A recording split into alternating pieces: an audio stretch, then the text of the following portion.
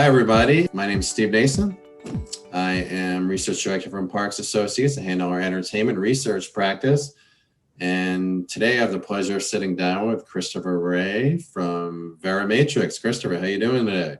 Good. How you doing, Steve? Great, great. I just want to give everyone a brief introduction.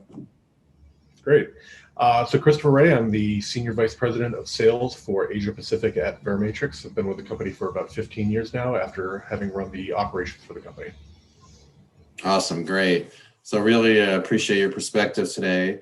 And really, Christopher, I wanted to focus on kind of the role of technology in the video space and kind of the trends that you've been following over the last several years, even through the market today. Sure. So I think obviously coming from a DRM and security perspective, we've seen a lot of sort of evolution of the video going into OTT coming from cable and satellite. And I think one of the more interesting aspects of everything moving towards OTT is the aspect of low latency streaming. I think we're going to see a lot more kind of tipping point events where that becomes the default place where live events like sports, concerts, etc. Start showing up. And I think that it's going to put a lot more interest on individual branded apps, from let's say the NFL, NBA, NHL, etc. To provide more value because they're going to be having the fastest broadcast of the content, but also being able to wrap that in with additional value-added metadata and things like that. So I think that's an area that we're really interested in watching continue to evolve and grow.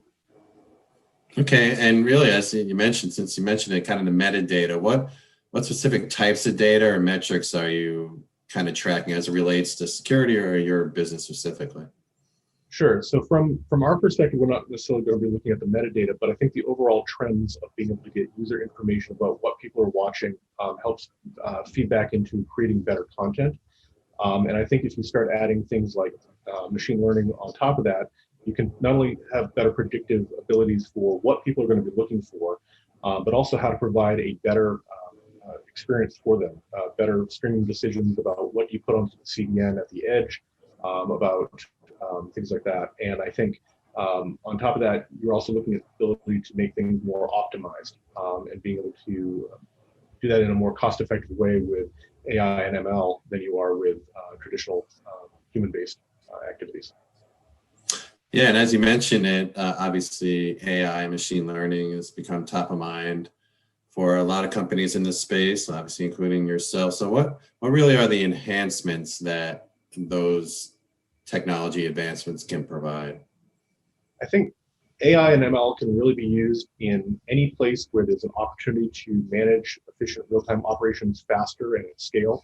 Certainly when you're delivering content from a few thousand people to millions or potentially billions of people, you can do that and find those hidden anomalies and correlations and patterns in large data sets and be able to have systems that are constantly learning and adapting and improving themselves with all these different data points over time, which I think then feeds into helping the business leaders make a much more informed decision about how to run their particular business. And certainly from a security perspective, that's critical in an anti-piracy battle where you're constantly looking for what are the trends of people hacking things, or certain devices and so on that can only be done at scale across millions of users. Yeah, that's great. That's great perspective. And kind of spinning it forward to kind of wrap up, where do you kind of see the next phase in the video space, specifically from your perspective, or just any general trends you want to focus on in the security, content security space? Sure. So I think you're going to see more content getting created that's more niche content, and that's going to have a bigger audience. Certainly from the pandemic, we've seen things like chess bubbling up as a new sport that people are starting to watch. Huge channels on Twitch where people can go, and there's a huge interest certainly in things like Queen's Gambit on Netflix. Right, I've been watching that. Yeah, it's great. That have been able to bubble things up that previously may have been kind of buried or been kind of a bit of a subculture. So I think with a lot more data coming in about people, what they're watching and so on, you're going to start to see more interesting content get created and bubbled up. I think you're also going to see more blending of services and data. Certainly as you've got what you're watching on Netflix, what you're buying on Amazon, what you're listening to on Spotify, I think you're going to start to see all these coming together so that you have more services that are picking up and saying, hey, listen, I noticed that you're following this actress on Instagram, you've liked this type of movie on Netflix before, and you listened to this playlist last week. Here's some content that kind of mixes all that together that we think that you might be interested in watching. So I think there's going to be more integration of these siloed services today to do overall recommendations across all the platforms. That's great. Well, really appreciate you joining us today, Christopher. Look forward to talking to you again soon. Great. Thanks a lot, Steve. Take care.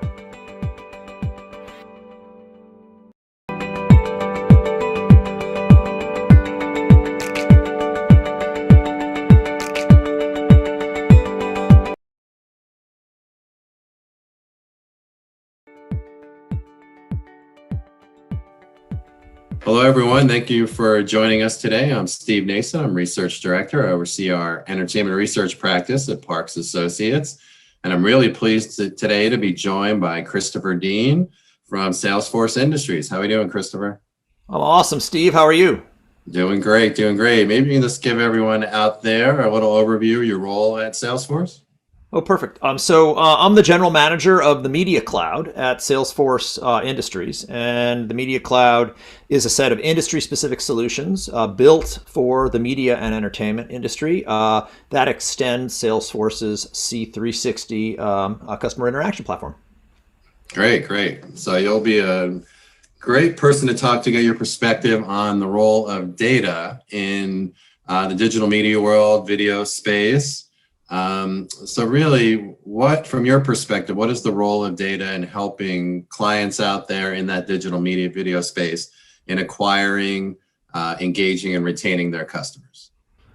Well, we actually think data is everything. And if you think about where the world is going and where we are today, we have to put the customer at the center of our perspective. And so we need to anchor all of our service offerings and our interactions with the customer on a set of data about customer behavior and customer interests. And without it, you as a company, we as a company will have a very difficult time identifying, attracting, engaging, and retaining our customers. So data really is everything. And the more data we have and the more we can take action on that data, the better we're going to do as a industry provider to our media and entertainment customers. Yeah, absolutely. It is pretty much everything. It's such a commodity now that companies on different sides of the fence are fighting over that user data to have the control of that. So can you talk about any specific use cases of using data, either just flat data or what we kind of refer to as smart data, which has AI, machine learning kind of laid on top of it? Can you talk about the use cases? Sure.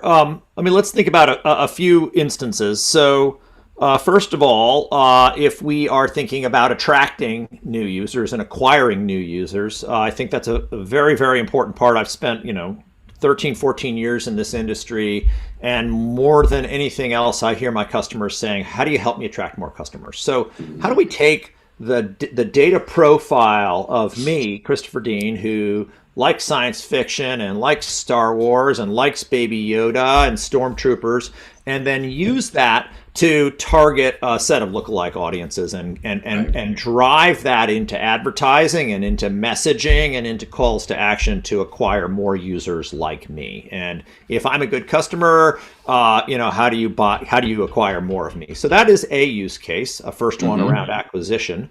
And then engagement is another great use case. So how do I then, let's say I'm actually a viewer who likes British dramas, and I have just come to the end of this season of The Crown. So you shouldn't be recommending that I'm interested, that I go look at the next science fiction. Actually, you should be recommending I should be looking at the next British drama. So how do we then take an affinity-based set of data and behavior and use that to drive next best action and next best offer and recommendations for me to keep me engaged? And so that's example two. And then the third example I might take is, how do we take all of my first party data about my consumption and on the B2C side and turn that around and push that into my B2B side of my business, so to perhaps drive a better advertising sales process and an advertising placement Right. process, so I can then go monetize advertising, because all of our customers have hybrid business models now.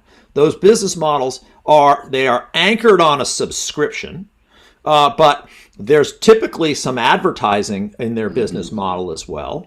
They might even have content rights and syndication and syndicating out the content they've created.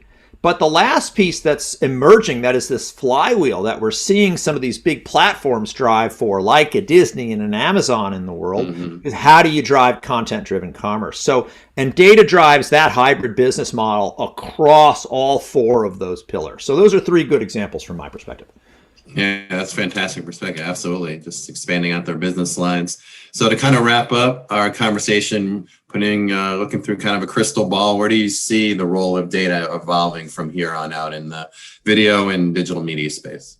So I think that without it, you don't have a business, and I believe fundamentally that while having to adhere to the GDPRs and the California Privacy Protection Acts, we need to be able to deliver that data, and our customers have to have the infrastructure to put the customer and the data at the center to drive everything, and that's what we're here to help our customers do. Well, fantastic. It's a great way to put a bow on the conversation. Christopher Dean from Salesforce Industries. Thanks for joining me today. Thanks, Steve. Have a great day.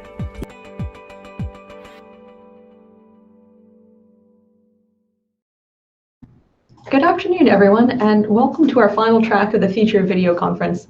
This track discusses the COVID-19 impact on video viewing, and as well as really what's next as we head into 2021.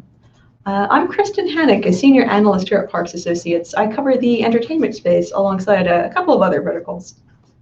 In terms of the agenda for today, we are going to be hearing from Parks Associates' own Keshav Jaiswal on some of the trends that we've been seeing around COVID-19, as well as consumer video viewing habits. Next, we will be hearing from Renata Polosisio of ESPN on how ESPN's new approach to storytelling has helped ESPN really position itself for success this year. Afterwards, we will be discussing the COVID-19 impact on live events, live video, and on sports with a great lineup of panelists, including Richard Green of Intel Sports, Simon Leadley of UITV, Blake Stutchen of the NFL, and Claire Weingarten of Newsy. We will be saving 15 minutes for Q&A after our panel discussion. And remember to enter in your questions into the question box to the right of your screen ahead of time, just to make sure that you're first in line in the queue. Finally, we'll be ending our day in networking discussions in Zoom chat rooms. But first, it's my pleasure to introduce Keshav Jaiswal.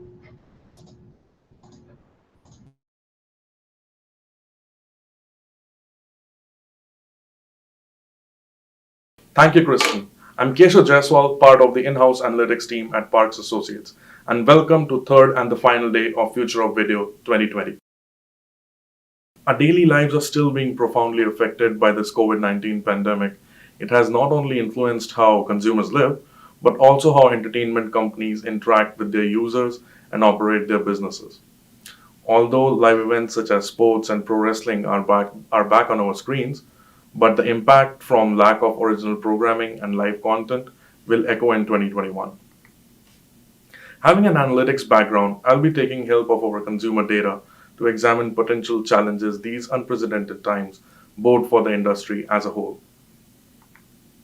We have been closely monitoring impacts of COVID-19 pandemic on consumer behavior, spending, communication, and entertainment since early March. And as of September, about one-third of consumers continue to work remotely. This opens up opportunities for service providers to target in-home audiences starved for entertainment activities. Although consumers report a decreased rate of loss in working hours and wages, persistent economic uncertainty and second COVID-19 wave continues to impact household spending, especially on discretionary purchasing. While there has been a decrease in the percentage of households spending more, the number of households spending less has also been decreased by almost half. Although consumer spending has been cut, especially in non-essential purchases, several categories, including electronics, have seen an increase in spending. While consumers are making these purchases to align their lifestyles with the new normal, They continue to have multiple concerns regarding COVID-19, government assistance, safety and security, mental health, physical fitness, and isolation from others. On its own, entertainment is obviously one of the lesser concerns of COVID-19 pandemic, but nevertheless, one that is relatively common among US broadband households. 25% respondents are very concerned about keeping their households entertained. Service providers with interactive offerings like Netflix Watch Party and gamified fitness services can address these concerns and increase their consumer base. COVID 19 saw net positive movement in home subscription services. This was particularly well for broadband service and pay TV services. With temperatures dropping and COVID 19 cases increasing, consumers will continue to stay indoors and seek entertainment through different forms of pay TV and OTT. As of Q3 2020, the number of OTT video services in the US has more than doubled since 2014, currently reaching near 300 different services. The rate of closure has also declined from a peak in 2018 when 19 services left the market to only 6 ceasing their operations in 2020 so far. The COVID 19 crisis still is having ongoing impacts on the OTT subscription market. This has led to a continued jump in the rate of households with OTT subscription. Now, nearly 80% of all broadband households are OTT subscribers, up by 7% back from Q3 19. The spike in subscription service uptake has further widened the gap between OTT and the percent of those subscribing to a traditional pay TV service. The gap has now reached 18 percentage points, with about 60% subscribing a traditional service. Consumers continue to put their personal finances to much tighter scrutiny and weigh which services to keep and which ones to cancel, leading to the potential furthering of the gap between OTT and pay TV. While OTT subscriptions continue to rise, VMVPDs have had more difficult time in accelerating their growth, hovering at around 10% adoption for the past several years. As consumer spending continues to take a dip during this pandemic, online pay TV services may continue to find difficult footing in short term, especially against lower cost standalone OTT services. Cancellation rates of VMVPD services is generally higher than the rates of regular SVOD services, but both SVODs and VMVPDs are experiencing a decreased rate of consumer erosion and increased rate of customer engagement as of late. By mid of Q3, states started lifting restrictions, which saw few people trying to get back to their normal life.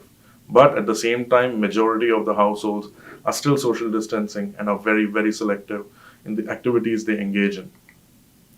More than 60% respondents reported they expect to shop in person at a retail store before end of this year, most likely during the holiday season.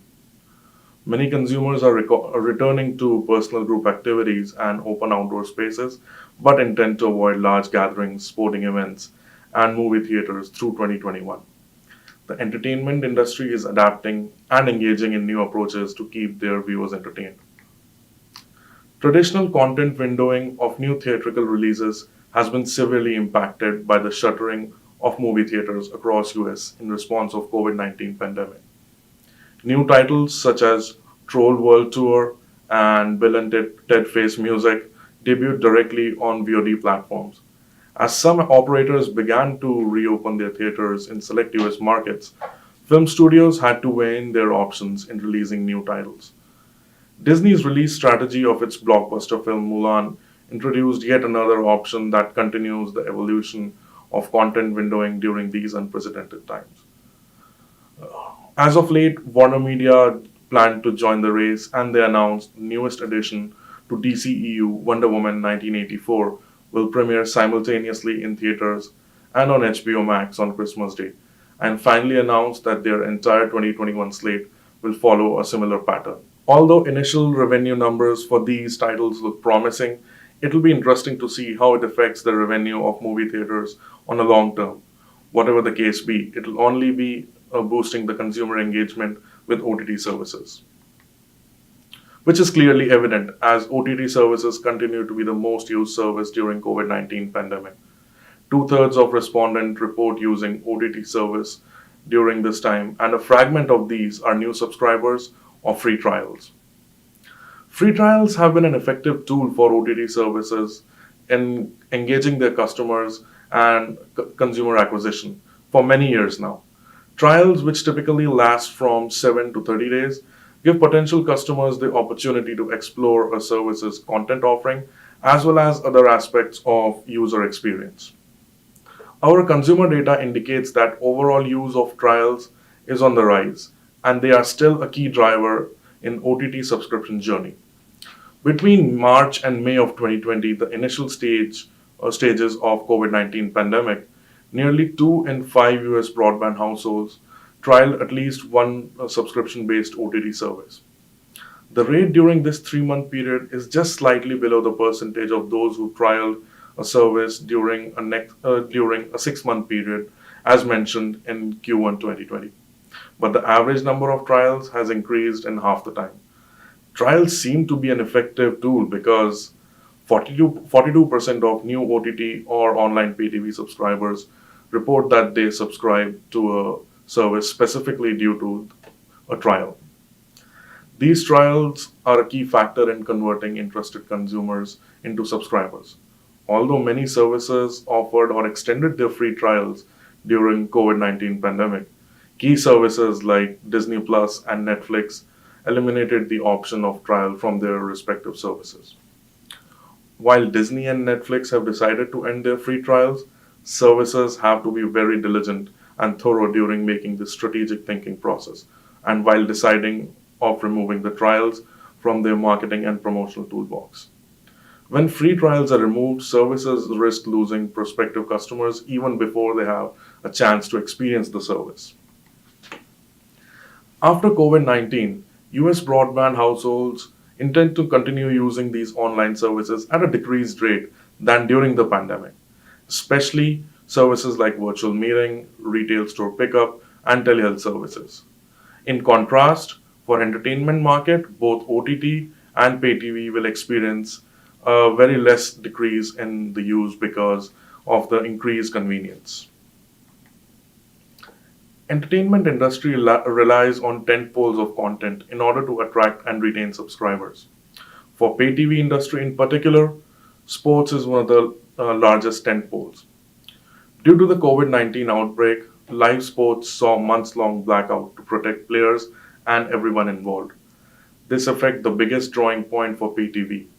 While traditional pay TV subscribers are relatively loyal, VMVPD subscribers are more likely to cancel their service due to cancellation of their preferred sports league across the board. While content is certainly still the king and an integral part of buyer journey for OTT subscribers, direct to streaming theatrical releases have helped to accelerate content arrival on these platforms. Looking at a longer term, although content production has resumed, it is still likely to be slow and may be delayed into next year. Shows like Loki and The Falcon and Winter Soldier on Disney Plus and Lucifer on Netflix are pushed back and are experiencing never-ending delays. This will result in multi-month gap in content arriving in the next 6 to 12 months. Most consumers will not cancel their traditional pay TV or OTT service as a result of reduced content pipeline in 2020. However, online pay TV seems to be in murky waters due to constant subscriber churn and competitively priced alternatives. If you like these data points, I would highly suggest looking out for our quantified consumer COVID-19's impact on communication and entertainment, where we have taken a more granular approach to address these points. If you have any questions, feel free to leave them in the chat box, or you can reach out to me at keshav.jaswal@parksassociates.com. Thank you.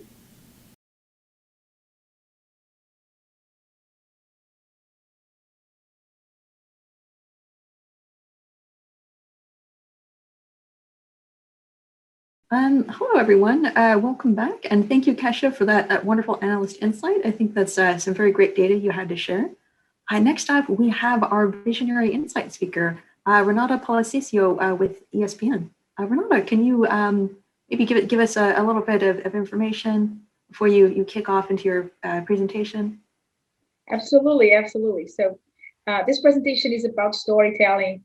As I like saying, is intended to put the method behind the magic, or the science behind the magic, and helping all storytellers out there, research data storytellers and storytellers in general, to have some insights and some data to, just tell more effective, outstanding, and memorable stories. So without further ado, thank you for the intro. So that's it. That's really the objective of this presentation, is to really understand what makes the most powerful and memory stories in sports. If I ask all of you, what's your favorite movie or what's your favorite book? I'm sure most of you in 30 seconds will be able to tell me. But if I ask you why, then you may take more than 30 seconds to answer that, because it's not something super easy to rationalize and to answer. So that's where we started this presentation and this research study. We know that sports really have all the raw material for fantastic stories, fantastic and memorable characters, high stakes, big rivalries. And we see players becoming bigger than men and women right in front of our eyes, right? Sometimes villains, sometimes heroes. But just because sports can create amazing stories, it doesn't mean they always do. And this slide is just a joke. I don't think Summer Catch is all that bad, but we really kicked this project to understand what makes for the most, again, outstanding and memorable sports stories out there, according to our sports fans. What makes a sports story so powerful? So this is how we got there. This is the storytelling program design, the methodology that we use to get to the insights that I'm going to show you in a minute. So we started with a qualitative phase where we talked to experts in storytelling, both within ESPN and outside of ESPN. After that, we had 56 fan diaries. So pretty much we gave homework to 56 fans in the US for about a week. We showed them stories and had a couple of questions after that, nothing super deep at that point. But then we followed with 8 focus groups in the West and East Coast. So that's where we dig a little bit deeper in a qualitative phase on why they like the stories they like. And after this first phase, we already identified 18 main qualities that describe the best, the favorite, the most powerful sports stories according to fans. You don't need to read all of them. We will get to them in a minute. But after the qual, we really identified those 18 qualities or attributes. And then the biggest challenge came. How do we measure that, right? How we put numbers and really quantify how important each of those qualities are. Then we decided to go with a survey here in the US with 1,200 sports fans.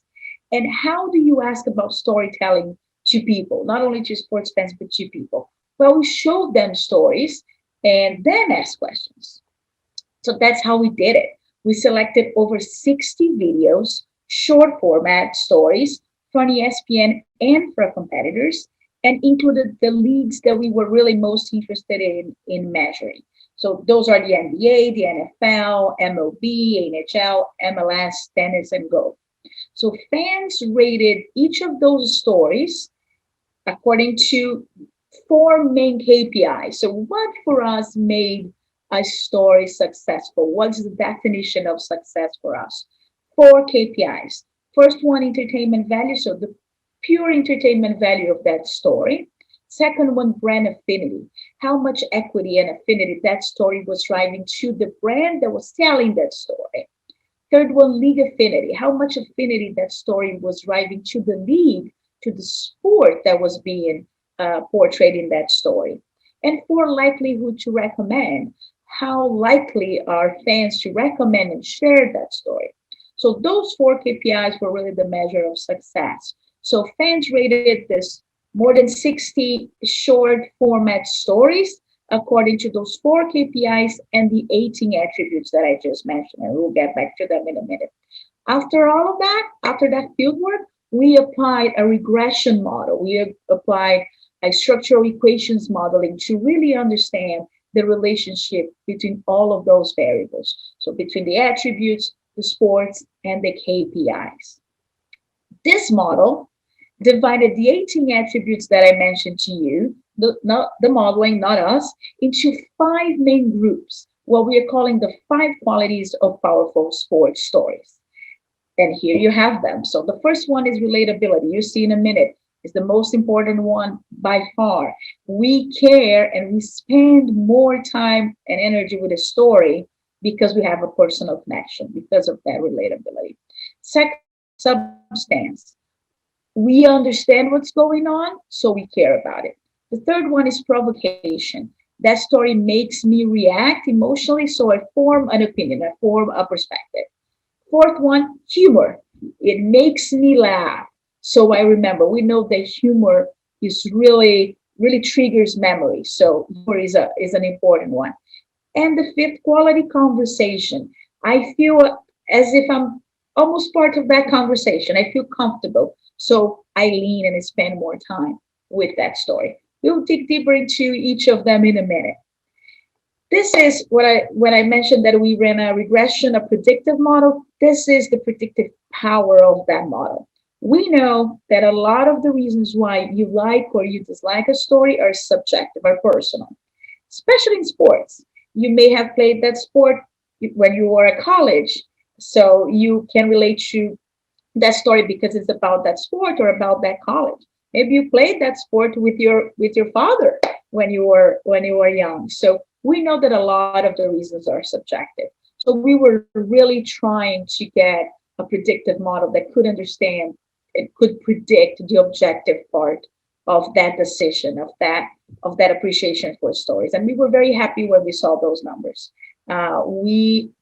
After running a few models, we understood that the 18 attributes that I mentioned to you, divided into the 5 groups, the 5 qualities, explain from 64 to 77% of the reasons why you find a story entertaining, 74% of the reasons why you like the brand that is telling that story, 66% of the reasons why you recommend that story with others, and finally 64% of the reasons why you like the league, you like the sport that is in that story.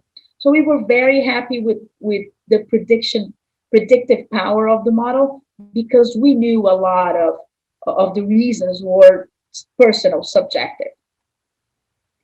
But the exact role of each quality really depends on the KPI, on the impact that you're trying to drive. And on your right here on the slide, you see the 4 KPIs.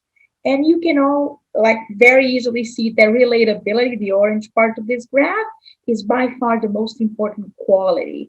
It explains most of the reasons or most of the drivers of the 4 KPIs. But then the other qualities come to complement, and it really depends on the KPI and the goal that you have with that story. So, for example, for brand affinity, substance is especially important, but humor is especially important for league affinity, and we'll get there in a minute. Provocation is especially important for league affinity and recommendation. So what we say is that relatability is important and essential to every story, and then you should play with the other qualities depending on the goal that you have. So without further ado, let's dig a little bit deeper and see some examples of real videos that we used in the survey that will help us understand and have more concrete examples of what that means. So starting with the most important one by far, relatability, is really creating that personal connection. And because you create that personal connection, people just invest more time, more energy into that story. And as I like saying, they engage both with head and heart with that story. It's really about showing people in new ways and sometimes humanizing the superhuman to bring that personal connection to life. I'm going to show you some examples during the presentation. And as I just mentioned, those are real examples that we used in the field work. So these examples are videos that perform ranked really high in that particular quality. So this is a video that ranked really high in relatability. This is a piece from E60. And for those of you who like sports, especially hockey in this case, this is a video about a tragic accident that happened a couple of years ago in Colorado with a hockey team. It was a bus accident that unfortunately killed most of that team. So it really shows the struggle of the team to, of course, deal with that feeling, deal with that tragedy that happened, while at the same time they had to rebuild almost the whole team from zero. So hope you enjoy it and you can see why it's so related. I thought that it was important to the community of Humboldt that I don't bail on them. Hockey is where we live, where we can best meet and overcome our pain and wrong and deaths. Life is just a place where we spend time between games. And this is, of course, only a piece of that story. That story is longer. This is just a piece. But you can really see that seeing the passion of others can really draw us emotionally. The second quality is substance. It's not just knowing what happened, but why it matters. Why should I care about that story? It's really bringing the analysis, reading the facts and the context that can help us appreciating that story more. There is a quote from one of the focus groups that I think explained that perfectly. The more you know, the more you want to watch. The more you understand what's happening in court, in field, the more you want to watch that story. And substance uses facts, analysis, insight to build understanding in three main levels.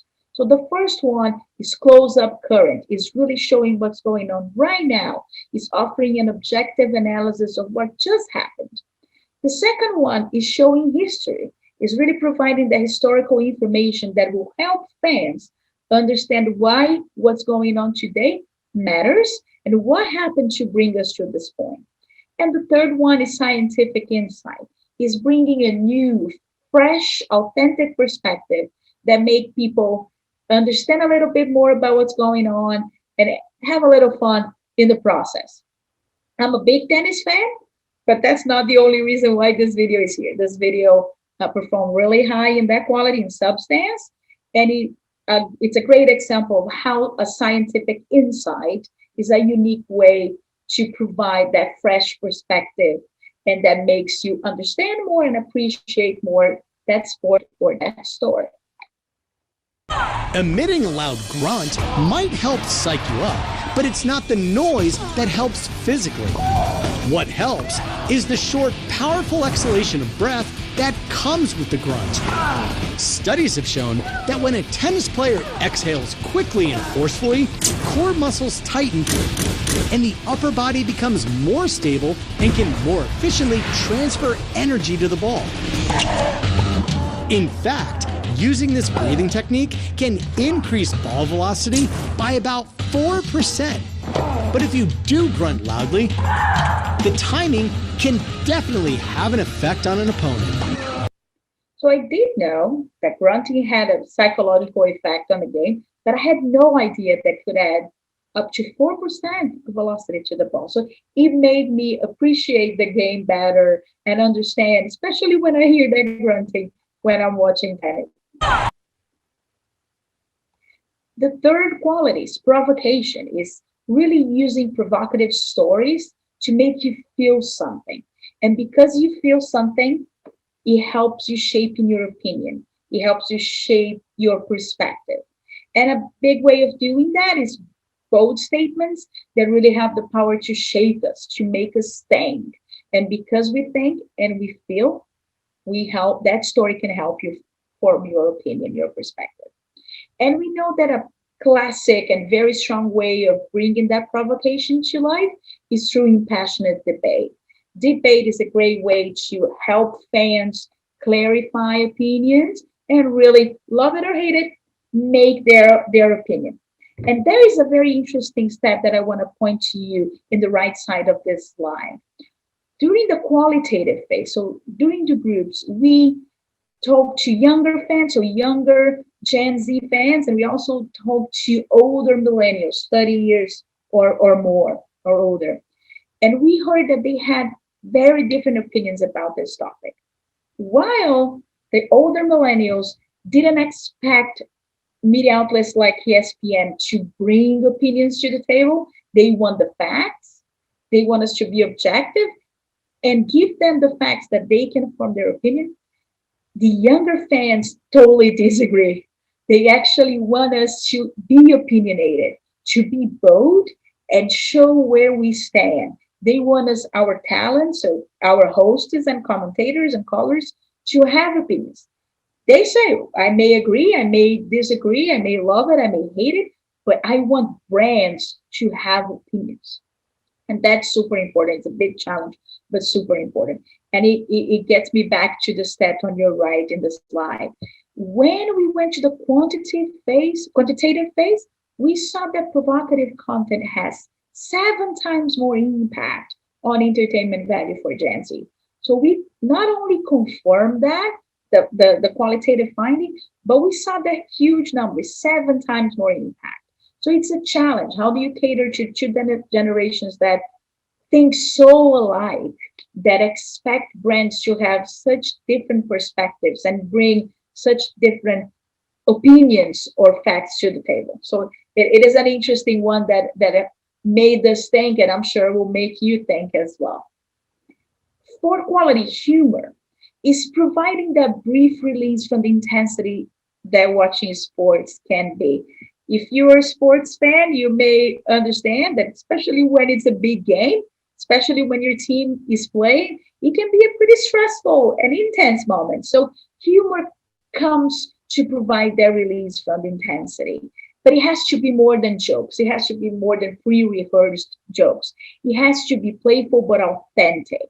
It has to feel genuine. It cannot feel forced. And another interesting thing is that we saw that humor is 1.4 times more important to entertainment value for 2 specific sports, soccer and baseball. And you may be asking yourself why. I'll tell you why. Our fans see both of those sports as slower, lower scoring games. It's true, some games, especially soccer and baseball, can feel like nothing happens, can feel very slow. So humor comes not only to provide the release of that stress and intensity, but also to provide relief when nothing is happening, when the game feels very slow. So humor comes to complement and bring something to the story. And fifth quality, last but not least, still very important, is conversational. It's really using the story to invite fans to participate in the dialogue. It's making them feel comfortable, making them feel almost as part of that conversation, almost as if they were talking to us on the other side of the screen, whatever screen you're using. And because they feel so comfortable, they invest more time and energy with that story. I'll quickly wrap up with the impact of all of that at ESPN. And this is only a summary, but we also measured our proficiency versus the main storytellers in the media market. And we saw that ESPN leads in the most important storytelling qualities with all the ages that we tested. But our challenge is really to maintain that lead with stories that continue to dominate in substance. We know that fans really appreciate our credibility, the facts that we bring, the deep analysis. So it's really to continue to dominate in substance, building that trust and bringing that objective context and facts.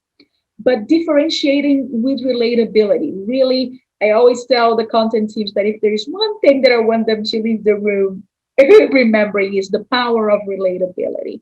It's really exploring the breadth of relatability through fresh formats, fresh approaches, and how important it is to try to be relatable in every story that we tell.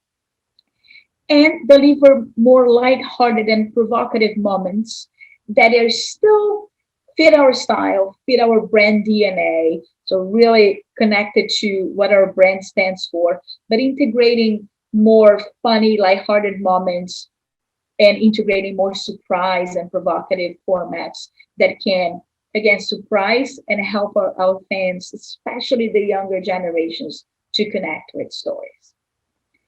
And I just wanted to provide an example, a recent example from The Last Dance.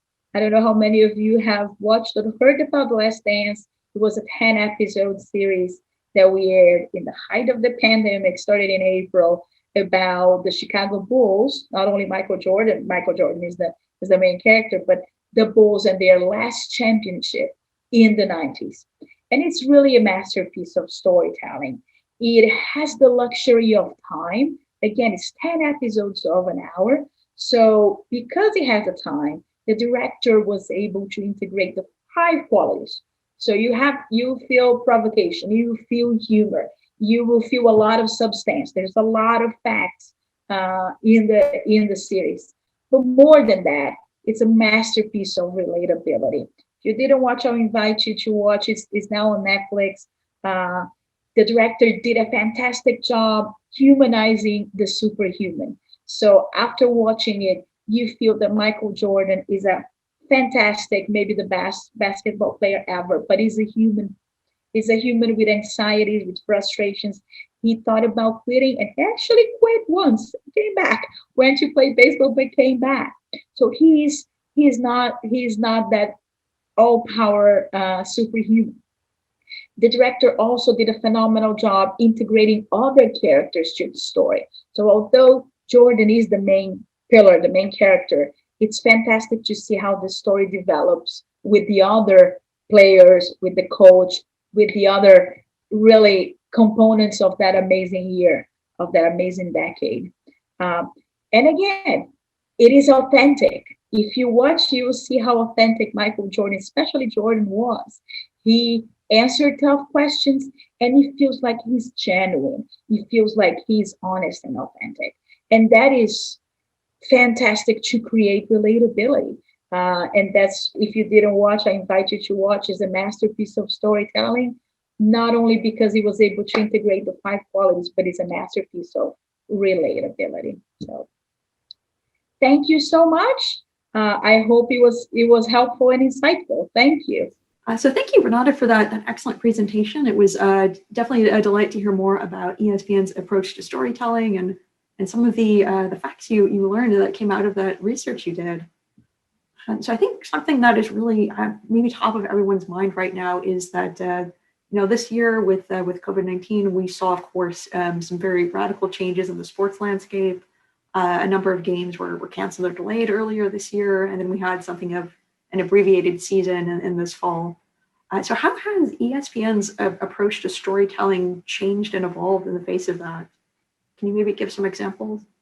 That's a great question. So I think it showed us, this whole pandemic, especially in the beginning, it showed us even more the importance of relatability, the importance of empathy. Empathy is pure relatability, right? It's showing your fan, your consumer, that you know what he or she is going through. That's pure relatability. And ESPN, right in the beginning of the pandemic, released a marketing campaign when we had all the live games put on hold. We just told fans, we miss it you. We know you miss sports.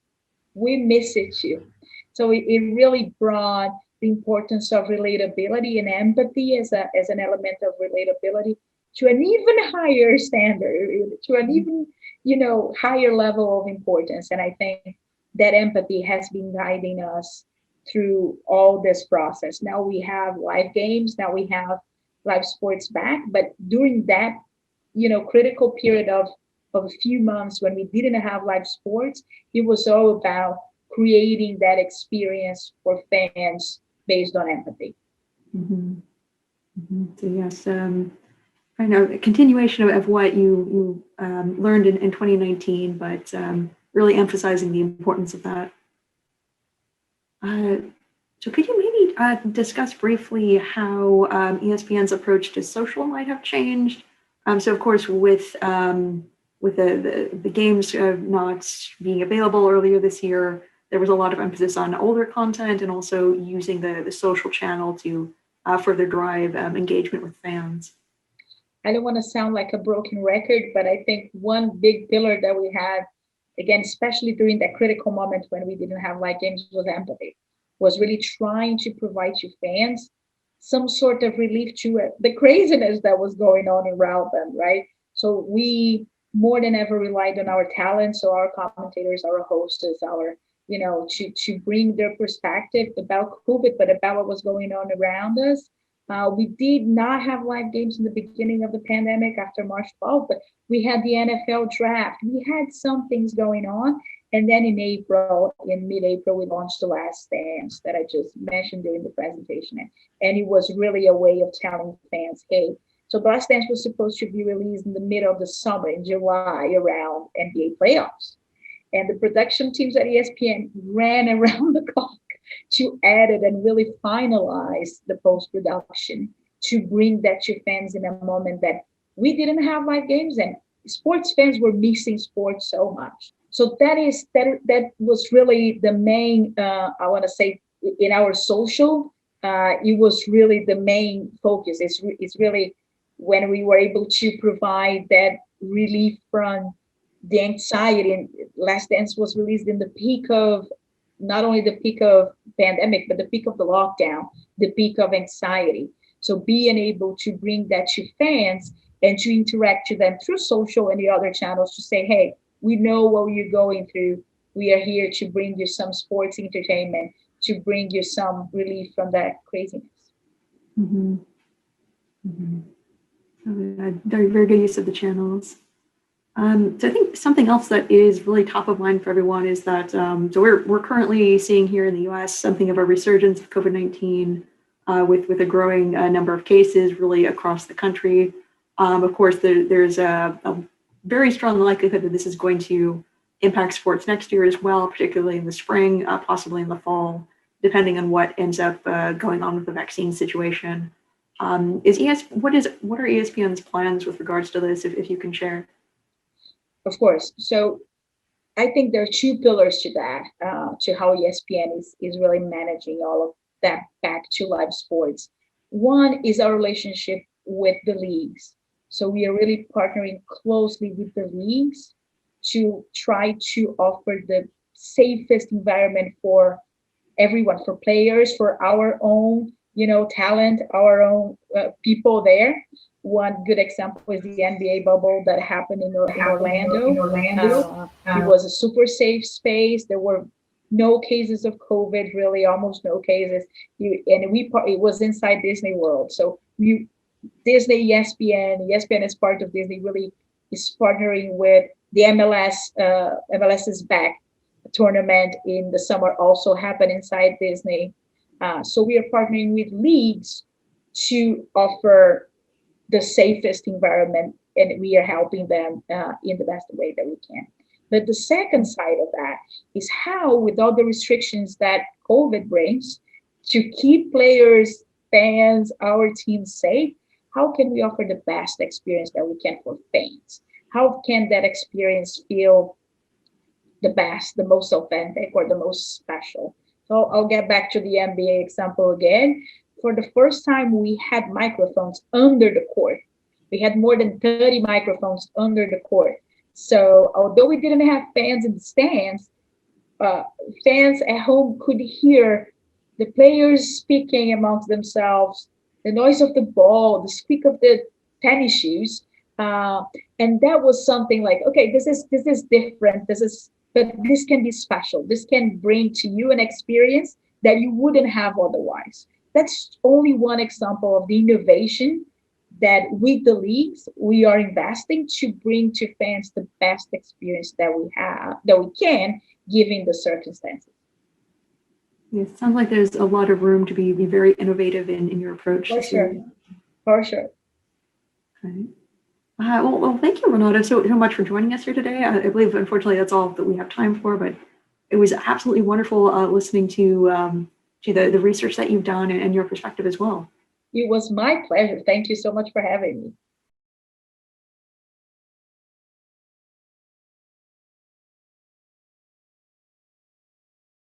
Hello, everyone. Welcome back to our studio. So we are about to head into our panel discussion, talking about the COVID-19 impact on live and sports.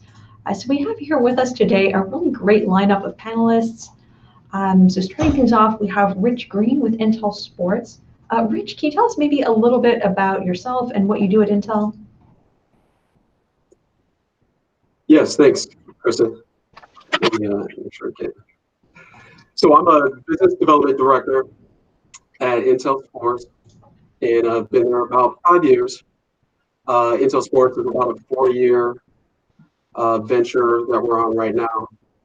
And really what we're doing with Intel Sports is on this journey of creating immersive media experiences that can change the perspective on sports and really unleashes and unlocks that passion that fans have. And the way that we're doing that on the slide that's shown there is we set up our technology in arenas, and our smart cameras and sensors allow us to capture massive amount of data through volumetric video that gets processed through our high-end advanced processors, and it delivers perspective that's never been seen before. So imagine being on the court, on the pitch, or on the field. So it gives you a new perspective on sports. And with our TrueView platform, we provide our partners awaiting these fans through this interactivity. And we'll talk a little bit more with the environment that we're in today, that there is more excitement and desire for interactivity, personalization, and seeing these different games from different perspectives. So we have relationships and partnerships across European football, the NFL, NBA, as well as the Olympics. And so excited to be part of this panel, share a little bit of what we're doing, learn from this exciting group of panelists, and be part of the dialogue. Yes. Unmute me. Yes, we're very happy to have you here with us today, Rich. So very much looking forward to what you have to say. Next, we have Simon Lidley, who is the head of product management at UI TV. Simon, can you tell us maybe a little bit about yourself and your role at UI? Yeah, absolutely. Thank you. My name's Simon Ledley. I head up the product management function at UI TV. We are a software company in Ottawa, Canada, and we've created an engine and an SDK that allows for the development of video streaming applications in a very seamless fashion across as many platforms as possible. So we have technology that allows a developer group to take our product and code their application using React Native or C++ code, and then deploy that application across the various platforms that we support today. So that's like Apple TV, Android TV, Roku, Samsung, PlayStation, Xbox, and so on. We realize that most of our customers, you can see some logos here, wish to reach the maximum audience possible. And part of that reach is enabled through reaching these consumer platforms. We also take our engine onto set-top boxes and onto custom platforms as well. In the sports realm, we work today with groups like Major League Baseball, with the NBA on Turner, and also with NFL. And we've also had Twitch as a longtime customer, and I categorize them as part of sports due to their esports work, of course. Very cool, very cool. So looking very much forward to what you have to say about some of these topics. Next, we have Blake Sturgeon, who is the VP of Digital Media Business Development at the NFL. Blake, can you tell us a little bit about yourself and your role at the NFL? Great, thanks, Kristen. Thanks for inviting me here today. So our team looks after the NFL's media strategy. What that means is two things, basically. One is it's any way that a fan can watch, listen to, or engage with the NFL. We think about it at two basic levels. One is our live games, which are 3 hours a week for 20 weeks of the year, and 24/7 fan engagement, which is how we reach and engage with our fans and create new and exciting opportunities and experiences for both our fans and our corporate partners every other second of the day. My team specifically looks after all of our digital media, business development, strategy, licensing, partnerships. That means any place that you can see highlights on the internet, ranging from social media platforms where we have pretty broad and expansive relationships today with Facebook, Twitter, YouTube, Snapchat, Reddit, TikTok, Giphy, as well as video syndication. If you see highlights on the internet from newspaper websites to online publishers like Yahoo through our great partnership with Verizon, or a host of local news publications through a relationship we have with Senta News that gets us into 200 plus local newspaper websites around the country. All of that is coming from our team. And then finally, a wonderful and rich original digital content business where increasingly we are creating programming 24/7, 365 to be able to talk about the sport of professional football and engage our fans through rich storytelling. Very good, very good. Thank you, Blake. I'm very much, again, looking forward to hearing what you have to say, especially given some of the changes and challenges that have happened here as well. Next, we have Claire Weingarten, who is the Director of Strategic Partnerships at Newsy. Claire, can you tell us a little bit about yourself and your role at Newsy? Sure thing. I'm Claire Weingarten, Strategic Partnerships Director. And Newsy is a national news network. We're part of EW Scripps. We are in about 40 million homes via MVPDs, plus millions more through VMVPDs, our owned and operated app on all the connected devices and smart TVs. And plus we're on a lot of the FAST services with Roku, Pluto TV, Amazon News, several others. And our ethos is be informed, not influenced, because we really don't have any kind of political agenda. We don't editorialize. We really just want to keep our audiences, knowing the facts, knowing the news, and allowing them to make up their mind. And we're part of the EW Scripps Corporation. Okay, thank you, Claire. Very, very interesting. So let's head now into our panel discussion. Kicking things off, let's turn to really the subject of this this track today, COVID-19. So as we all know, COVID-19 has had a fairly dramatic impact on sports, on live events, as well as on news coverage this year. We saw, again, a number of events and games canceled and also delayed, although some have since returned.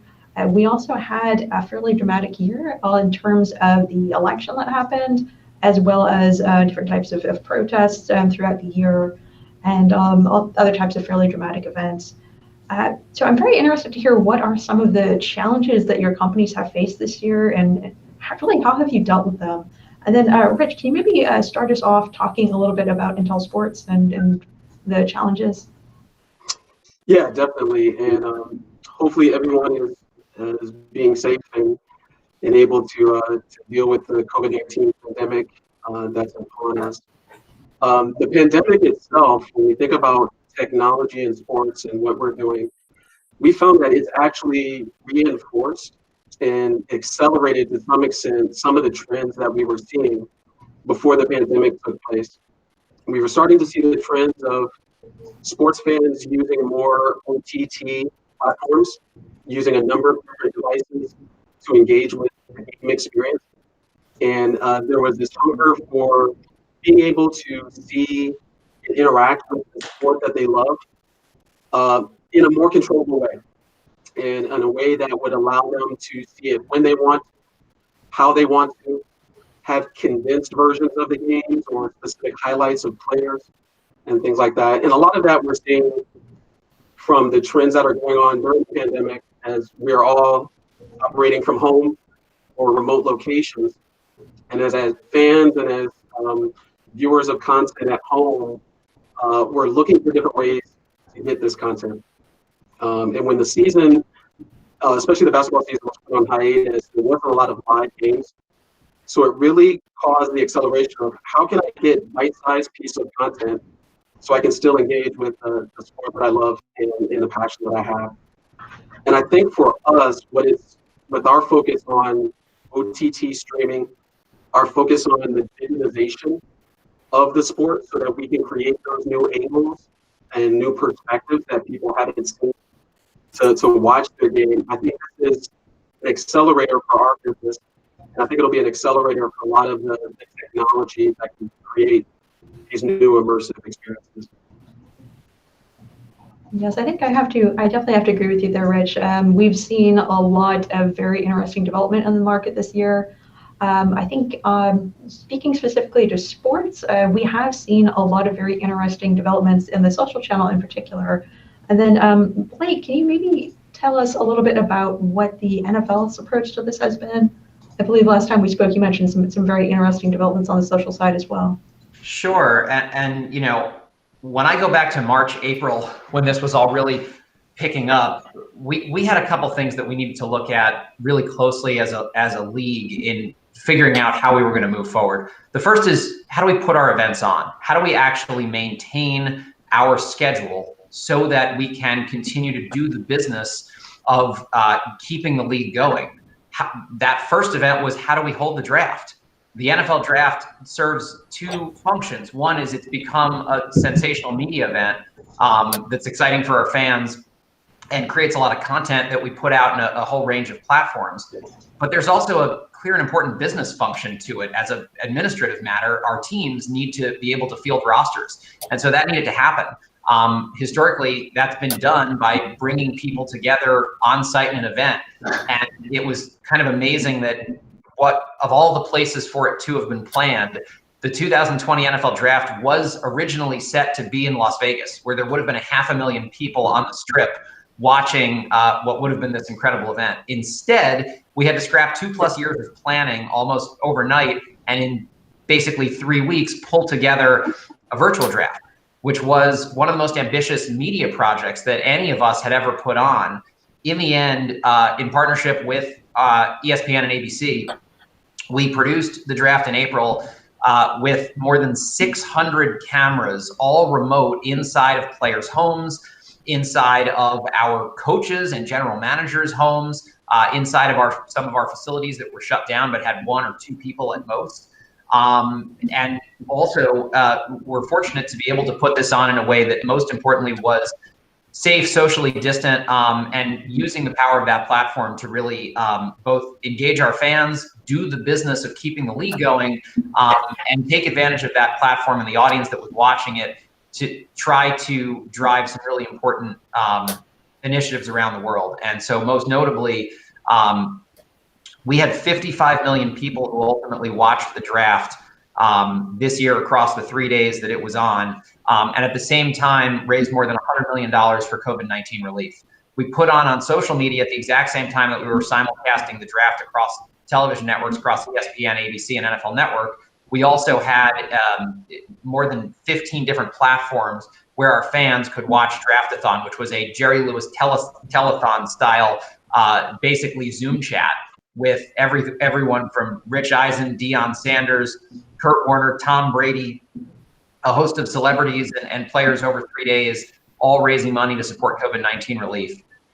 It was a really ambitious project, but for us, it set the tone that we weren't going to let a pandemic stop us from being able to put on the season. What we were going to do is focus very much on using the incredible power and reach of the NFL to drive awareness about safety and the importance of doing this the right way, and take advantage of all these emerging channels to be able to reach our fans with that kind of message. Yeah, so certainly a lot of changes in the way that you had to do things, but it sounds like it has worked overall very well. Claire, so I'm also interested in your take on this. Newsy is, of course, a news organization, and you saw a number of unique challenges as well this year. Yeah, absolutely. Seemingly overnight, we brought our reporters into their homes. Everyone, kind of got locked in. And it was a difficult transition, just technically, setting up the cameras, having all production happen remotely.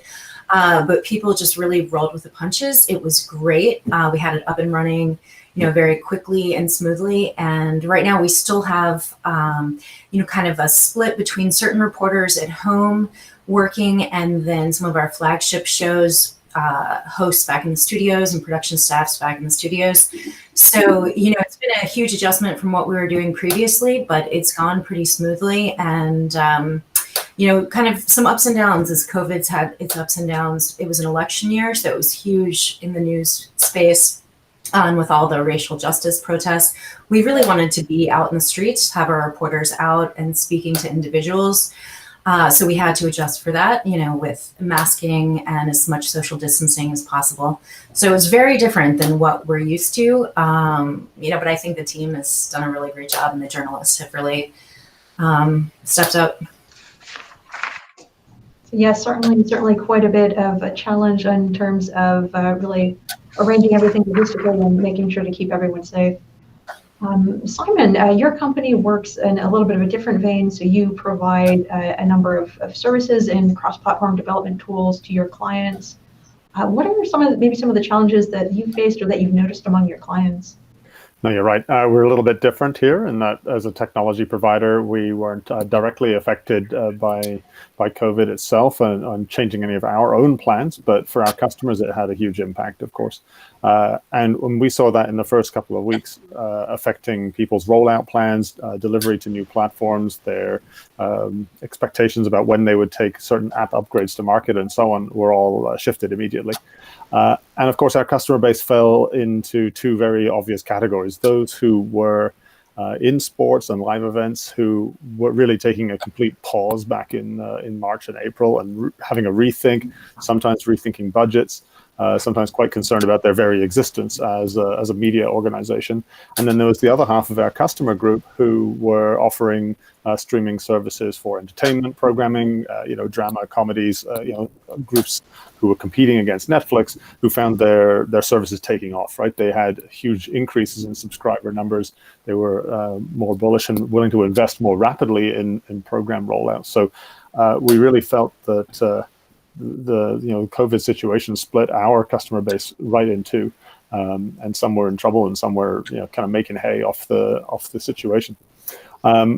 Where we are now, things have stabilized. Of course, the sports leagues are back in play, and there's been a real interest in kind of taking advantage of the fact that we're still not completely back to normal, but are watching a lot more online, a lot more replay games, going into looking at even new kinds of sports, esports, and less popular league games, and bringing a new kind of customer experience there, a new kind of viewer experience. I think there's a shift away from the tradition of just put a live event on with a couple of commentators and just let it run for a couple of hours, now to a future where there may be more of an interactive element with the viewer at home, because they can't be in the stand. So we've got customers now looking at how to introduce kind of fantasy league during the play out, during the broadcast, how to introduce gaming and gambling, whether it be for real money or for tokens and kind of credit, and even how to introduce better advertising moments, branding, sponsorship, so as not to interrupt the game that you are getting, and try to produce a better quality experience for the at-home fan. So it's certainly turning into an interesting time, and there's a lot of pressure on the sports groups to get fans engaged even while they're not able to come out in person. Yeah, so along with the crisis, there's also opportunity for new types of developments. Absolutely. And engaging. So let's pivot a little bit and talk about maybe some particular services in the market that might have been not as benefited as the subscription video on demand services. For example, we saw earlier in the year that advertising was pretty severely hit. Many companies put a pause on their advertising spending until they really better understood the financial outlooks and their companies' maybe future revenues. My understanding is that this has really since recovered. Ad spending is back. But has this experience changed any companies' plans and strategies with regards to their business models? Should we be expecting maybe more hybrid models to emerge with subscriptions playing a role? Claire, you can maybe talk to this from Newsy's perspective. So your company, of course, is largely advertising based. Yeah, and really we have seen that come back in full force, especially with the election and just viewership through the roof. And I really think that the model is based on the type of content. I think certain types of content lend itself to certain models, and advertising has actually come back and been very good for us. And I think if anything, we've really worked to be in every space. I mean, we are in the subscriber space in cable and in the VMVPDs, but we've worked to move into the advertising space even more with the FAST services, which I think just have a real surge going on right now. And I think that's really a new and exciting space. So we aim to basically be everywhere, everywhere consumers are. We want to make our content available, whether it's our owned and operated app or whether it's other apps or whether it's more traditional kind of pay TV service. So I wouldn't say we're, kind of adjusting per se because of the pandemic, but we're more just kind of expanding and making sure we reach consumers everywhere. Sure. So really diversifying both your revenue models and also making sure that regardless of which channel a consumer prefers to engage with, you have a presence there. Exactly. Very good, very good. And then Simon, so UITV really does develop for some very big names in the video space. You mentioned before that you saw this really bifurcation among your customers. Have any of their plans changed? Certainly, as I mentioned before, there was a real hold back on new spending for anybody whose revenues were coming from live events back in March and April. We had a number of customers who are on the brink of subscribing to our development tools and so on, who basically just went away. Like, we just lost their interest over the course of the summer, and then only regained their time and interest back in the fall. So I think that's natural, right? They were worried about revenue stream. I think we are seeing a return to normal, though. Like, we're seeing more long-term investment coming down. We're seeing new brands launch, new services launched, who are not afraid of taking a little bit of a risk and putting something out in the market, even while we're all at home. And of course, we're seeing new business models being experimented. Not just subscription-based, but also ad-based and kind of freemium models. So we're happy to be involved in all of that, provide tooling for all of that. You raised questions about advertising. One of our interesting customers that went to market before COVID is a broadcaster in Australia called Network 10, part of CBS Viacom, and they had a free-to-air service, which they wanted to launch onto consumer devices as well. And they chose especially to use a non-interruptive advertising format and used some of our designs, some of our engines to create ad modules that were not invading the user's viewership, but rather only occurred when the user hit the pause button, and had then created a really nice animated brand takeover of the screen on pause. And they found that they had really good response from their viewership, because you're no longer being interrupted all the time, and yet you also had a really good response from the brand and from the ad buying market, because they were able to take over a really quite a quality experience on the screen, have that on the screen for longer than just the usual 30-second spot, kind of at the user's pleasure, really. So I think we're seeing some interesting experimentation there as well, and I hope that continues, because we know that the number of subscription services that any one household is going to pick up and pay for is going to come to a limit, right? You're not going to have dozens and dozens of paid services. So we need a way of funding through advertising and through free models, other services in the household. So innovative advertising and innovative ways to take a brand into the house has been kind of interesting to watch how that happens. Mm-hmm. Yes, I think that is very interesting to hear. We've certainly seen all kinds of very interesting experiments really take place across the whole economy. Telehealth in particular has really taken off, and different businesses are experimenting with new and interesting ways to do things. So glad to hear that advertising as well is being experimented with. Yeah. So something that I'm kind of also curious about, with COVID-19, we are, as I mentioned before, really currently in the midst of another big outbreak. We've seen across a number of states a very dramatic surge in cases. I know here in Dallas, we're actually rolling back on our reopening due to high hospital occupancy. My understanding of this is also true for a large number of other places as well. So I'm curious to hear what you think will be the impact of the second surge on sports, live events, and news. Of course, we also have the recent vaccine developments, with a number of vaccines getting approved and shipments planned. Blake, can you maybe tell us a little bit about the NFL's view on this?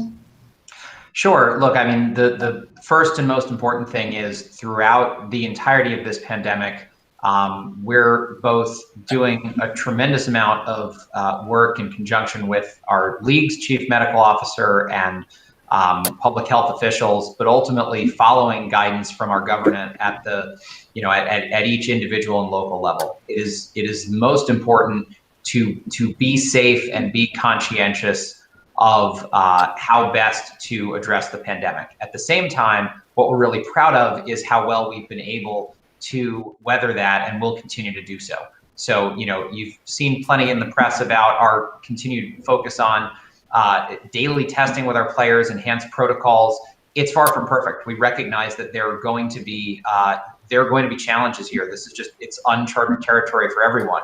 But at the same time, I think it's been an incredible testament to the discipline and capabilities of not only our players, but also all of the professionals within our clubs and administrators and our broadcast partners to put on the games. And we're sitting here more than 3/4 of the way through the NFL season. We have not had a single game canceled. There have been some games that have had to move. There have been things that have been different than what they have been like in any other year, but we continue to deliver every single game that's on the NFL schedule, and it's our commitment to play through the full season.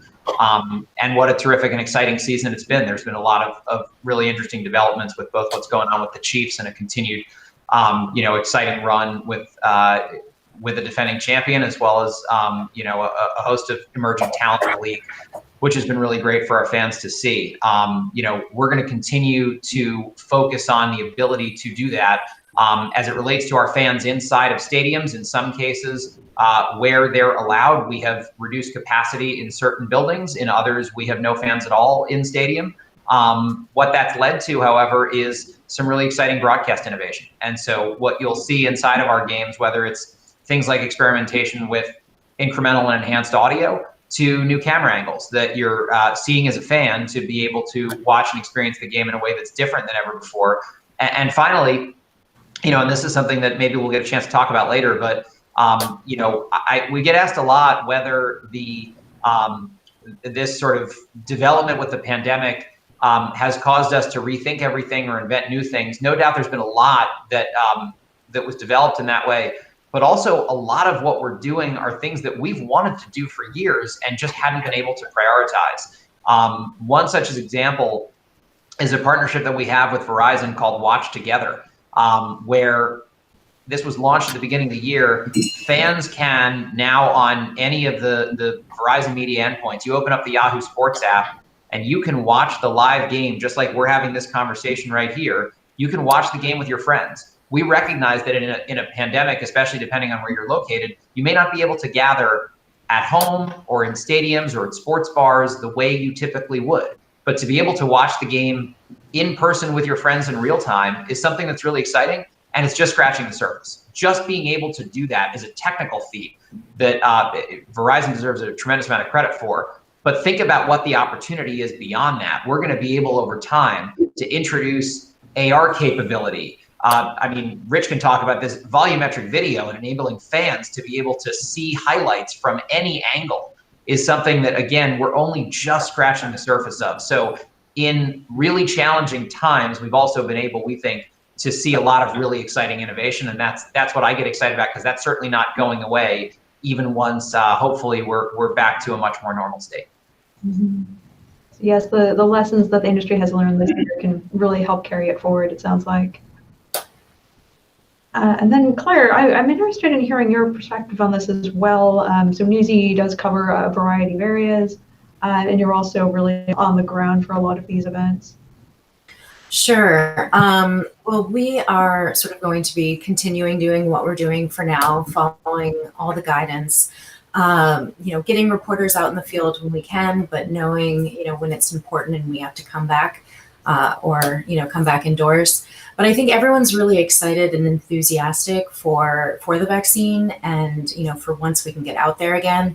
And I know once things come back a little bit more to normal, there's going to be so much more traveling and so much more field work.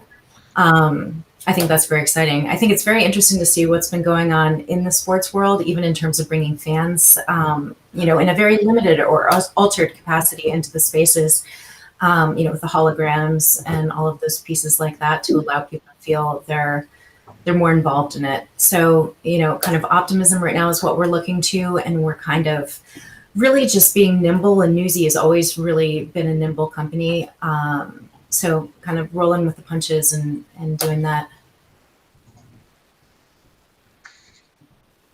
So yes, it does sound like we're at least going to be maintaining this for a few additional months. We'll see what happens past April. So I'm interested in hearing. I mentioned the April timeline. We've been hearing a lot in terms of the vaccine news as to when exactly we can expect these vaccines to be really generally available to the public. A few months ago, we were hearing April was when they would be generally available.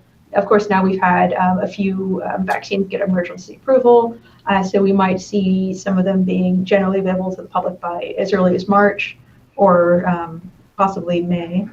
I'm curious, is there, have any of you been seeing really a projected timeline for a return to normal for these different industries? Blake, you just discussed some of NFL's expectations around this. Is there, are you targeting maybe middle of the summer, the next season? Yeah, I mean, I think it's too early to speculate on, what the effects of the vaccine will be and concrete timelines.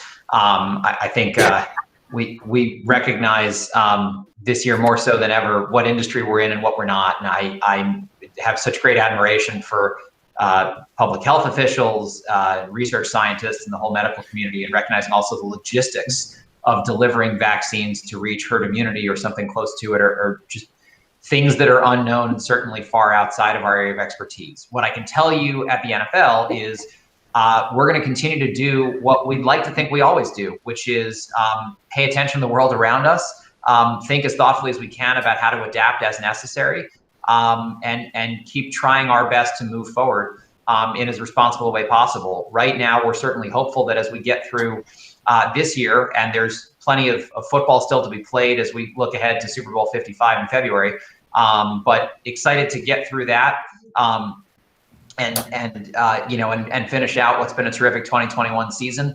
And it's certainly our hope that by the kickoff of 2022, looking ahead to the fall, that we'll be welcoming our fans back into the buildings again, but it's far too early to say with any degree of certainty. The main thing that we'll be doing, between now and then is continuing to pay attention to news reports and as much information as we can get from local officials and public health experts, and continuing to revise our plans as necessary. It sounds really like that's all any of us can do at this time.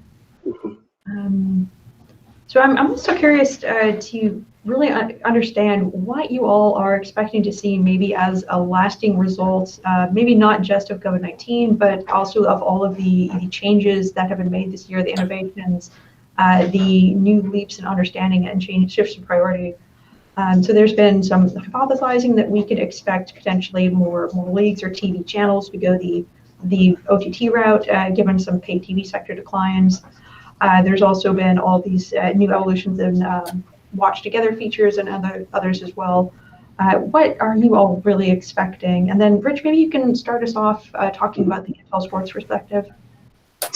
Yeah, I think as Blake talked about it too, the pandemic has really accelerated the prioritization of these types of explorations that we wanted to look at before, creating these new experiences and engaging fans. And always going to want to have live games and people being in the game. But if you can create experiences where you can bring that in venue to the broader fan base, that's a great way to complement sport. And so this will create opportunities across many different products and services. For us, immersive media experiences, I think, will help bridge that gap as fans are looking for engagement and immersion to really interact with the sport that they love, and come up with new experiences and new ways to be involved in the expertise of these athletes, these amazing athleticism that they are able to show. And ultimately, we're here to serve the fans through immersive media to create those experiences.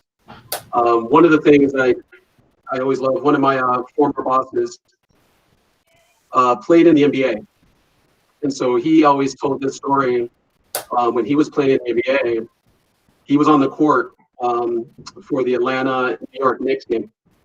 And Dominique Wilkins took off from about the free throw line to do one of his human highlight dunks. And Patrick Ewing turned to jump and contest that dunk. So Patrick Ewing jumped to about 10 and a half. And then Dominique jumped to about 11 and a half and dunked over Patrick Ewing. Well, my boss was on the court and could look up and saw that play happen. Those are the types of experiences that I think people are going to want to see and be engaged in. And that's where technology, especially with what we're doing and being able to put our camera systems in the stadium, they're not on the field, but to be able to recreate an experience that they're on the field is going to be something that will continue on. Even when the sports revive, when people are able to go back to venues, it's going to be a great way to bring people closer to the sport, to the passion, and to the games. We've seen some of this during the hiatus for basketball. We created a lot of content.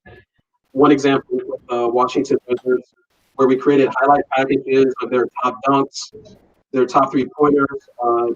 Bradley Beal had an amazing season, and we were able to create these new experiences to watch a play that from his perspective. So imagine from the eyes of Bradley Beal. In the NFL, we're creating experiences where you'd be able to see from the eyes of Tom Brady.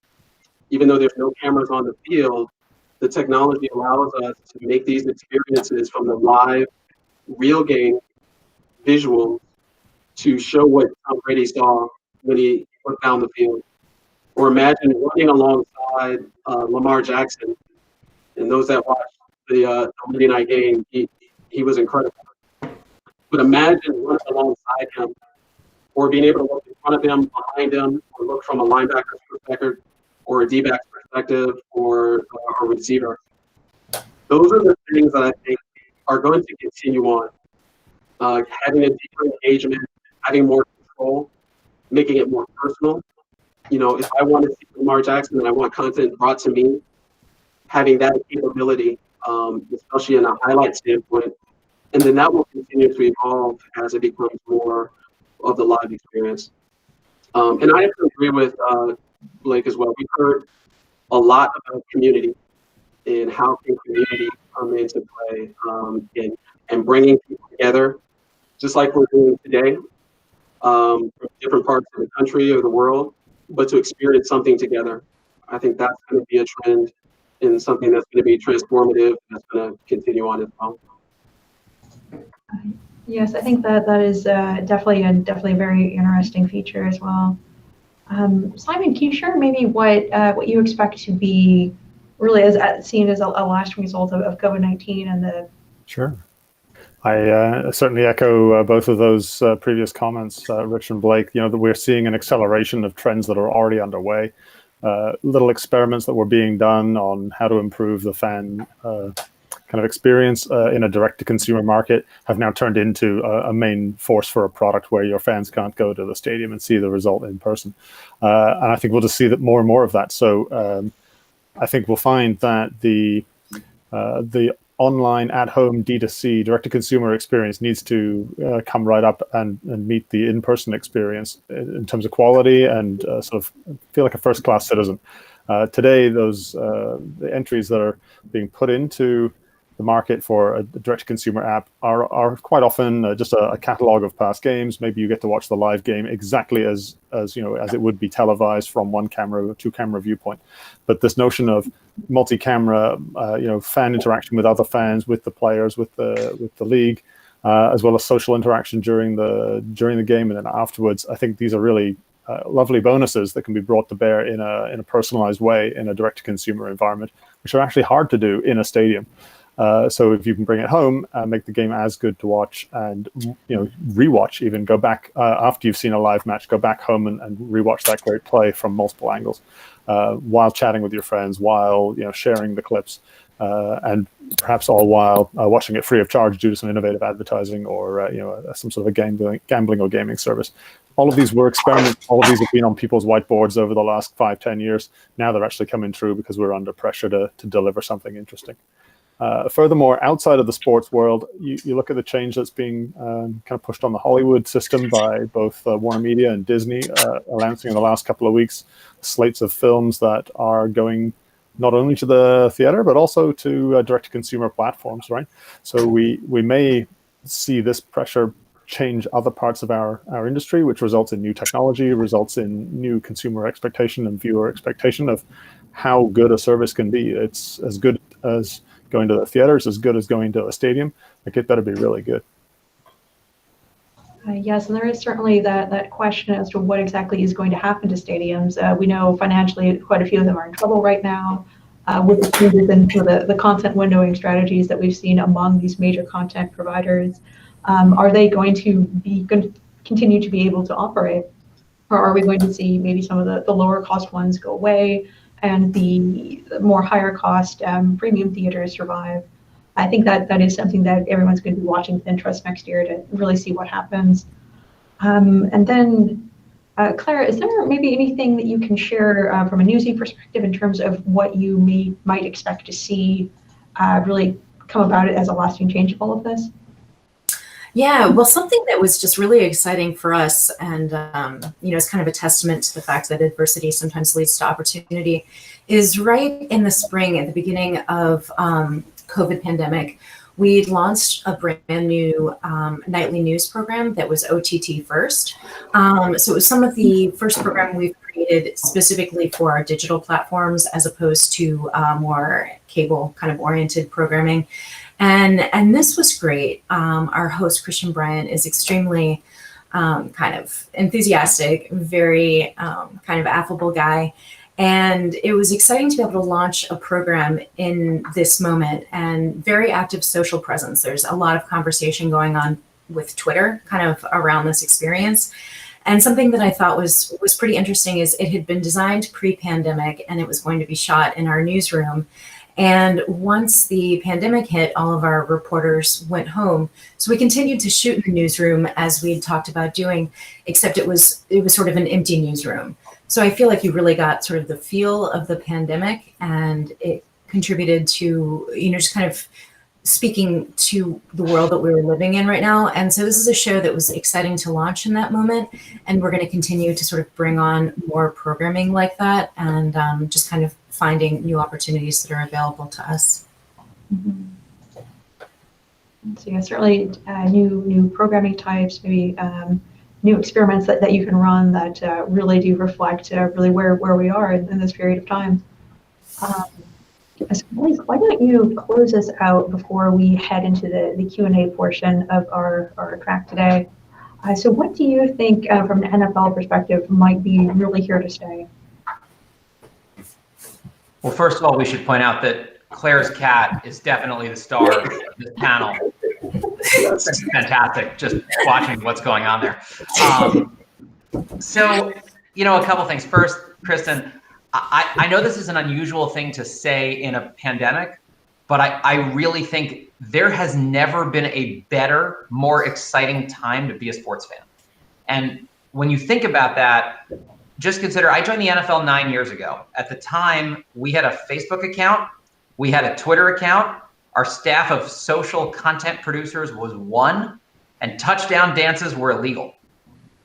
And if you move instead to where we are today, on a Thursday night, I can watch a live NFL game on Fox, on NFL Network. That same game is available for free, unauthenticated, to anybody in the United States with a phone, a tablet, any device whatsoever, across the NFL app, which is what we call the front door of the NFL, our club app. So those two teams that are playing, if you're a fan of a club first and foremost, and you have their app, you can watch that game. Additionally, that game is on the Yahoo Sports app. It's on a host of Verizon endpoints.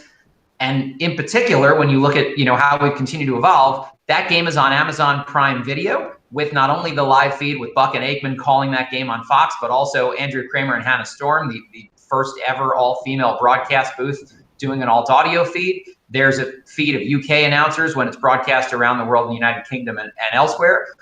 It's in Spanish, it's in German, it's in several other languages, and we're only just beginning. That game is also now on Twitch with usually 5 to 7 different Twitch streamers bringing their own audience in together, not to call the game like they're play-by-play telecast people, but to actually invite them in as friends to say, did you guys see that? And they're real authentic fans being brought in because they have an affinity toward an individual club or player.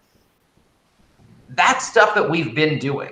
But when you build on that to think about where does it go, and Simon touched on this, it was really thoughtful earlier, this idea about table stakes for so long on the internet with 20 plus years of commercial internet video, getting us to a point where when you look at what 5G is going to introduce, when you look at, cloud computing and the ability to be able to do these things at scale, CDNs having capability to support this, we're at the point where all of that technical infrastructure for a fan just means we can make the game work. We've introduced things like this watch together experience. Now let's ladder up and build on it. Now let's actually make that experience that's digital even more compelling and perfectly complementary to our fans. So how can we actually invite fans if they're not able to be in the room, in person, or in stadium, the way we know that we will be back to in the future, even if they're not there? How do we make that experience not just the same as what you could get if you're watching on TV or in the stadium, but actually something that's really additive and incremental? And maybe that's going to involve data and sports betting. Maybe it's going to involve new and incredibly exciting different forms of video. And as Rich talked about, volumetric video is so exciting when you consider the idea of being able to empower a fan to literally watch a highlight or a moment from a game any way that fan wants. Cut the clip him or herself, be able to see it from every angle, shoot it from ways that broadcasters couldn't even get to. There's a whole lot of promise. When I think about what we've done just for this year, though, and this is an example of something that was accelerated by COVID-19, but is here to stay regardless, we launched a partnership with Twitter and Bud Light for something that we call Showtime Cam. And what Showtime Cam is it's a camera on a flat screen TV that was installed at the back of an end zone inside of some of our marquee games, and you'll see it in more places throughout the season. At the simplest level, it's a giant screen that our players actually can see themselves on, not unlike the Jumbotron at the top of a stadium, but in the back of the end zone, right there, just above eye level. Alongside it, there's a feed of fans that the players can see so they have someone to interact with. But what it's enabled us to do is two things. It's actually made the experience for the players, even in a fanless environment, that much more interactive. The Green Bay Packers, if you play for the Green Bay Packers and you score a touchdown, you do a Lambeau leap. That's the appeal of working so hard to make it to the Packers, to play and be able to be part of that team and make it in the NFL. Not having fans there was no one to catch the players when they actually jumped into the stands. We brought the Showtime Cam out, and it was so compelling. You have Aaron Rodgers, you have all of the team members when they were scoring and having plays coming running to this board to wave to fans who were there on the screen watching them. When there's 70,000 people in the building, that's going to continue. We're going to find new ways to build it so that it actually complements that, so the fans are still going to be there. But that two-way experience where that content from Showtime Cam is actually in broadcast, so you're seeing it while you're watching it live, but also then being pulled directly out so that whether the players are dancing or celebrating, that content goes onto digital endpoints. Players are replicating their own. They're going to do TikTok duets. They're going to be engaging and sharing it on Twitter, on Facebook, on all sorts of other platforms. We're only just starting to scratch the surface of what that can look like. And what's really exciting for us is it's authentic for our players. So many of them are coming into the league now at ages where they grew up with this type of technology, and they're excited to express themselves and reach fans more authentically by using it. So, even though we're certainly in a time with so much uncertainty, and we take really seriously the gravity and responsibility we have to message to our fans the importance of some really key issues around social justice, around voter registration this year, which we're really proud of the efforts there that we had, and of COVID-19 awareness and safety, the importance of wearing masks. With all of that stuff being said, the future's really bright. Very cool, very cool. Yes, I was very happy to hear from each and every one of you your answers to all these discussion questions and some of the very interesting and innovative things your companies have done. We have about 15 minutes for Q&A now that we set aside. So audience members, if you have any questions for our panelists so kind of a second reminder, make sure to put them into the Q&A tab to the right of your screen now. Want to make sure that we're able to get to all of your questions in time. But starting things off in terms of our audience questions, we have an audience member who is interested in your take on the trend of watch together. I know you've all talked about this a little bit during the course of our panel. So interested in how this is working out, or maybe not working, or how what your view is of this. And I'm guessing this is towards Blake, but anyone can feel free to tackle it. And Simon can probably speak to the complexity of it on a technical level, even more so than me. I'll just say it like this. It's kind of remarkable to me how forgiving we are as consumers with digital video. Consider, and it's going to sound funny talking about a mostly digital panel and a future of video to actually hold something together for legacy media, but bear with me for a moment. Do you know what works really, really well? Coaxial cable through a set-top box. You can stream something for 7 hours in HD and it doesn't buffer. That's an incredible thing. We take that for granted. And yet on digital video, we say, oh, look, this thing that came out at 240p because I'm in a low, I'm in an area with sort of poor latency and connectivity issues. Well, it worked and that's acceptable. It shouldn't be. And 5G is getting us to a place where it won't be in the future. It's really hard to do this. The technical capability to pull this off, to do live anything is complicated enough. To do live digital video is even harder. So again, I have great admiration for the engineering and technical capability to get it right.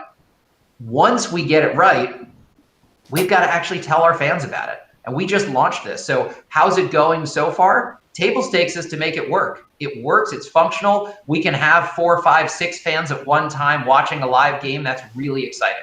Even better is going to be when we're able to do that with the confidence that it is going to be that rewarding experience to watch a full game completely with no buffering, with no issues, and then layering in those features, those incremental elements that make it not just sort of like being on a couch or sort of like being in the room with friends, but not quite, but instead actually something additive, something that's that much more compelling and complements that, so that if you've got 3 friends on a couch and one who isn't there, in the future, it feels like that person is there. That's what we're going to get to, but we're just not there yet.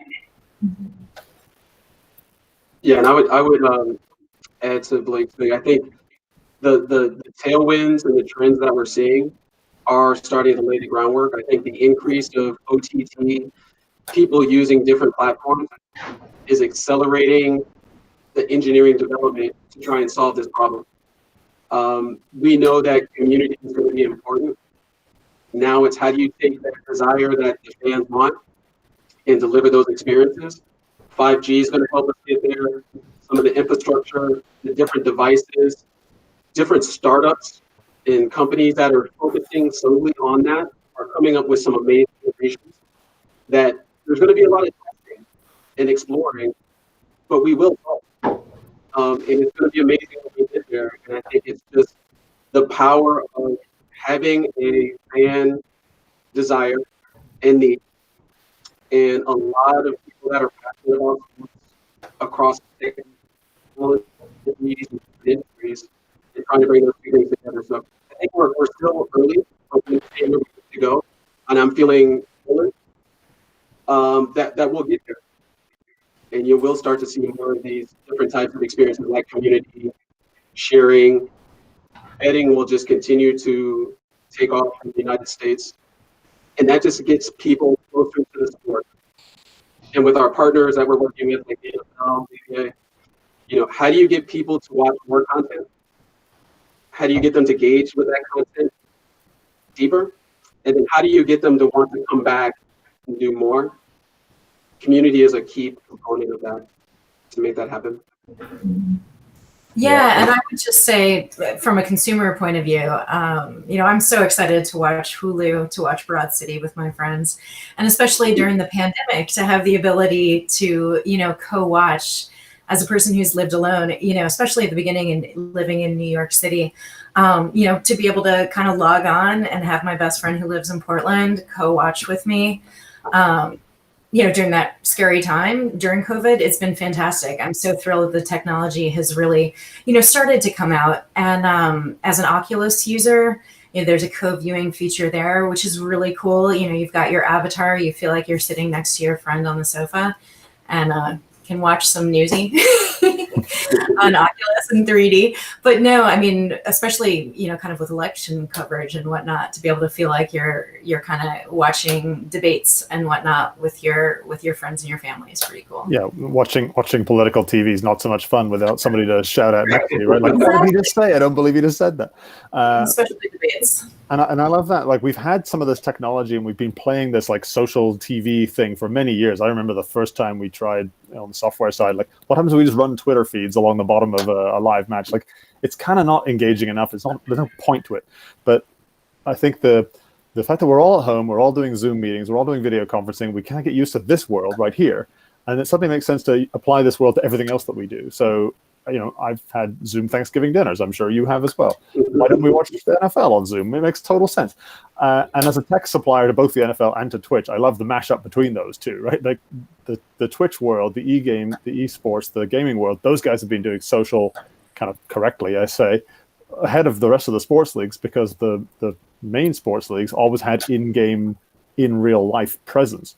Whereas the esports never, you can't go to a stadium and watch an esport. So you've always had to do the virtual. And they've kind of led that the market a little bit. So now we're seeing the mashup of both of them. You can get on Twitch, watch somebody else watching your football game and kind of snipe about it with their buddies. And you end up this like second order spectator event, right? I'm not watching the football game. I'm watching somebody else watching a football game. It's a kind of an odd removal from the main game. But cool. If you've got, you like the guy, the spectator of the commentator. It's kind of an interesting idea. So yes, very cool, very cool. We have another question in from the audience, and they're interested in that VR angle that Claire mentioned. So has there been more of an investment in virtual reality, augmented reality due to COVID-19? So the audience members is pointing towards this being a really a very good time for immersive escapist entertainment. However, we also know that the VR ecosystem is still very immature. We've seen some promising developments from Facebook in terms of positioning its Oculus system, but headset adoption is still fairly low compared to other types of emerging technologies. And I guess really anyone feel free to jump on this. Claire, you have some experience as well, given that you're an Oculus owner. Yeah. Well, it's just, I would just say kind of a great experience to be able to engage with so many different types of media through Oculus, whether you're watching a 3D video shot from a hot air balloon or, kind of meditation videos or shoot 'em up kind of video games. It's a fun space. And, I think AR is kind of a very interesting space that we're moving in. So I think there are a lot of opportunities there. Certainly from a tech point of view, we've created experiments that work in the VR environment. We've had conversations with customers around taking their content and their apps to VR.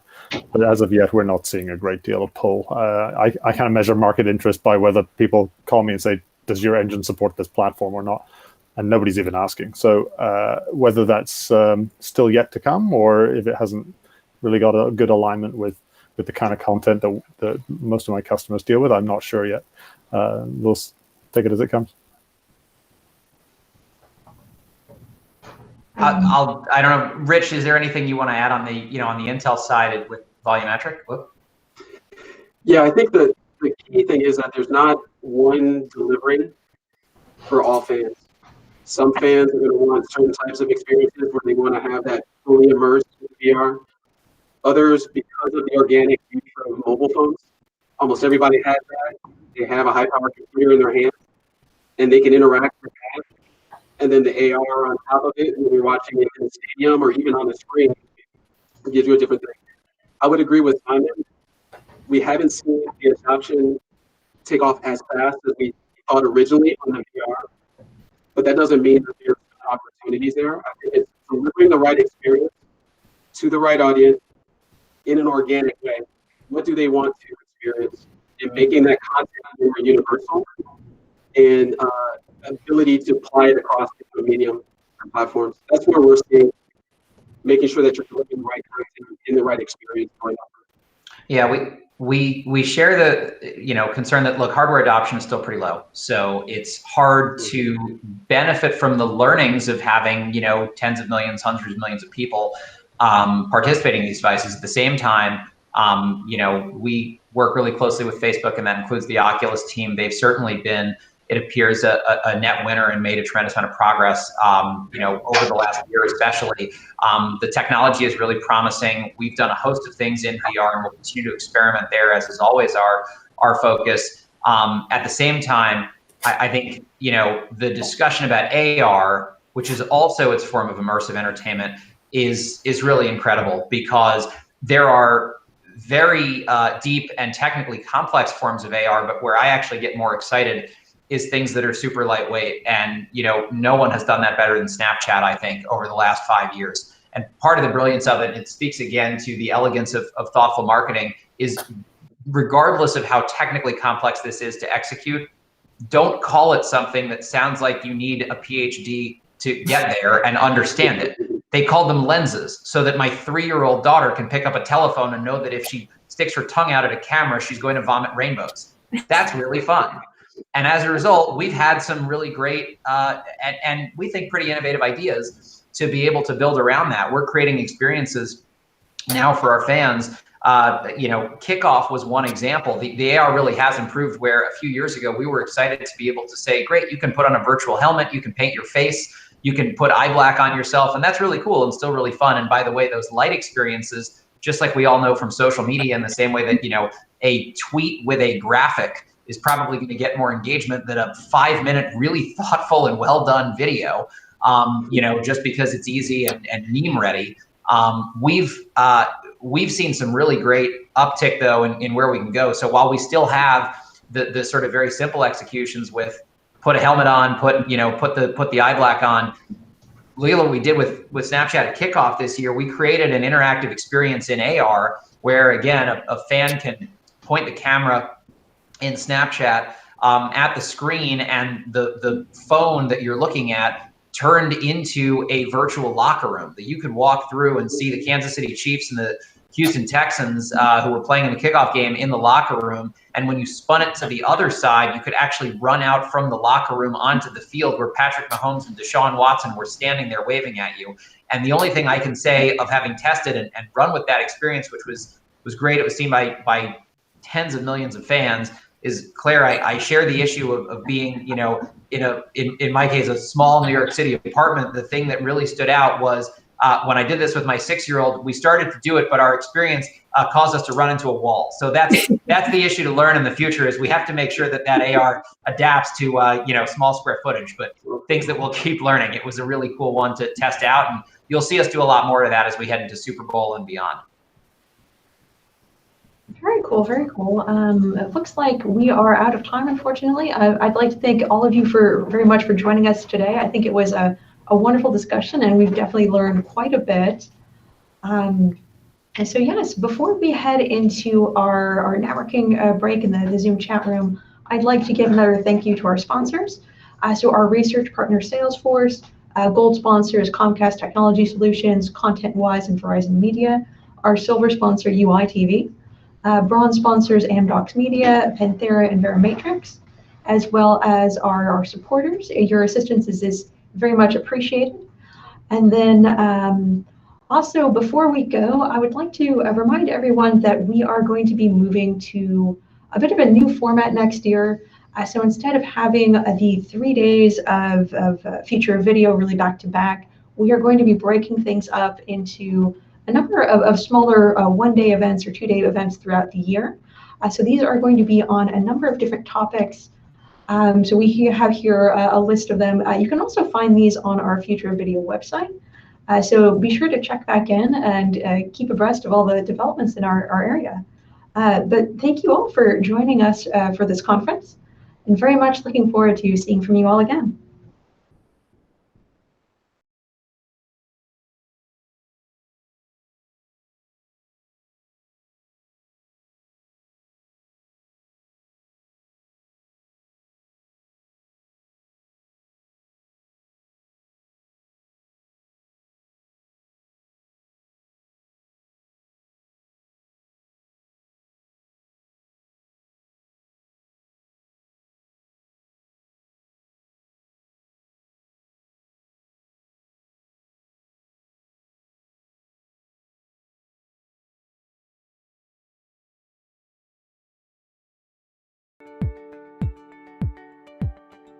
Hello, everybody. Thank you for joining us. My name is Steve Nason. I'm Research Director at Parks Associates.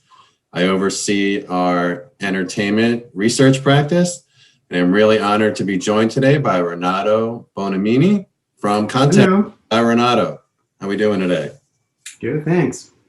Great. So if you can just give us a brief overview of your role content-wise? Sure. So I act as Vice President of Global Pre-Sales, which means that I'm responsible for all the technical evaluation of the technologies that we provide, but also for technical partnerships. So I work with the vendors that partner with us from an ecosystem point of view. That's great. That overview. I'm just going to dive right into the conversation. So content-wise is all about improving the customer experience, right, for your clients, be it an operator, service provider, anyone in the digital media space, right? So Correct. Wondering, when your clients come to you, what challenges are they trying to solve? What problems, business problems, are they trying to solve in customer experience? Now, customer experience, the biggest problem is really, I think it's split in two parts. One is customer acquisition and one is customer retention. Mm-hmm. The biggest goal that we like to support our customers with is actually being able to support them in the customer retention space. Now, your content, your service is really peculiar to you. So from our perspective, we can't help much on the customer acquisition perspective, but we can definitely make a difference on the customer retention. Now, what we believe is that through personalization, you can create a compelling user experience that will not only retain customers, but make sure that the next time that they have a choice, when they fire up their phone or the smart TV, and they find tens of different apps, I think the latest count is like 1,000 OTT apps available in the marketplace. At least, and yeah. there are probably like 300 right now just in the US market. We have plenty of options. We do know that the big five are always the ones that are attracting people. So unless you're one of those, how do you make sure that people decide to use your app or your service when it comes to enjoying content? I truly believe, and this comes from, I think, the personal experience of everyone, that when you are having fun using a service, when you think that the service understands what you're looking for and the service feels personal, then it's more engaging. And that's a key component of making a compelling user experience. It all started with e-commerce long time ago. If a user can select some content in 90 seconds, they're gone. That was Netflix. Right. And then people understanding of what behaviors consumers had in supermarkets. So if you put all together all of the machine learning and AI experience in making sure that you can use the information that you collect from user interactions to provide back better user experience, something that feels most personal, then you have an advantage. And then you can create that experience that customers are happy and they feel familiar with. Right, and you mentioned AI and machine learning. So obviously, you're a technology company trying to help in the customer experience. So how has technology kind of evolved to help improve the customer experience? We've been in the data analytics forever. I mean, the company itself, I've been with the company for now, it's been quite a while. I think it's 13 years now. And the company was, we still define ourselves as a startup, really, even if we're 15 years old. We work all the time in analytics, which means we look at data and we decide what to do on data. Last few years, I've seen a growth in AI, machine learning. Sometimes maybe AI is probably a little bit of a hyper term. It's a little bit abused, but let's just say we use data to provide better user experience and to provide better insights to operators on how they should act. The latest part is that it's become more of a commodity. So 10 years ago, the space where we operated was the recommended engine space. That today is clearly a commodity. You can go on GitHub and find tens of repositories that will just give you the code to run it right away. That's why we believe that as an industry perspective, the role of a recommender engine is no longer enough. That's just a single box where you really don't have enough. So you should be looking at more of an overall user experience, personalization at all levels. We were the first one to pioneer the idea of being able to personalize the experience not only within a carousel, but also personalize the carousels themselves, the order, the selection, the whole user experience. Today, with the advance that we have from a computational perspective and the added capabilities from an AI point of view, we can actually do much more. We can go to the point that image artwork, for example, is personalized for the user in front of the screen. There have been a few companies in our industry that led the way, Spotify, for example, Netflix, that shown us that when you can do these things in the right way, you can truly achieve a better user experience. So this whole AI machine learning movement has made it possible for a lot of companies to start understanding the benefit, start building their own capabilities. And from our perspective, what we are taking is, first of all, more also of a consulting perspective. We help a lot of companies defining what to do, not just provide the technology. So that's what we call the UX advisory perspective. But also we still have, from a technology perspective, much more than just a recommender engine. Whenever today I receive an RFP which talks about recommender engine, I'm like, okay, we're looking at a request for something 10 years old. So guys, really, we should look at something more. So people, I think users are expected to find functionalities that were provided by recommender engines 10 years ago. As an industry, we should look into what's next from our perspective. I think that's a great way to wrap up. Really appreciate all your perspectives today, Renato. Thanks so much. Thank you.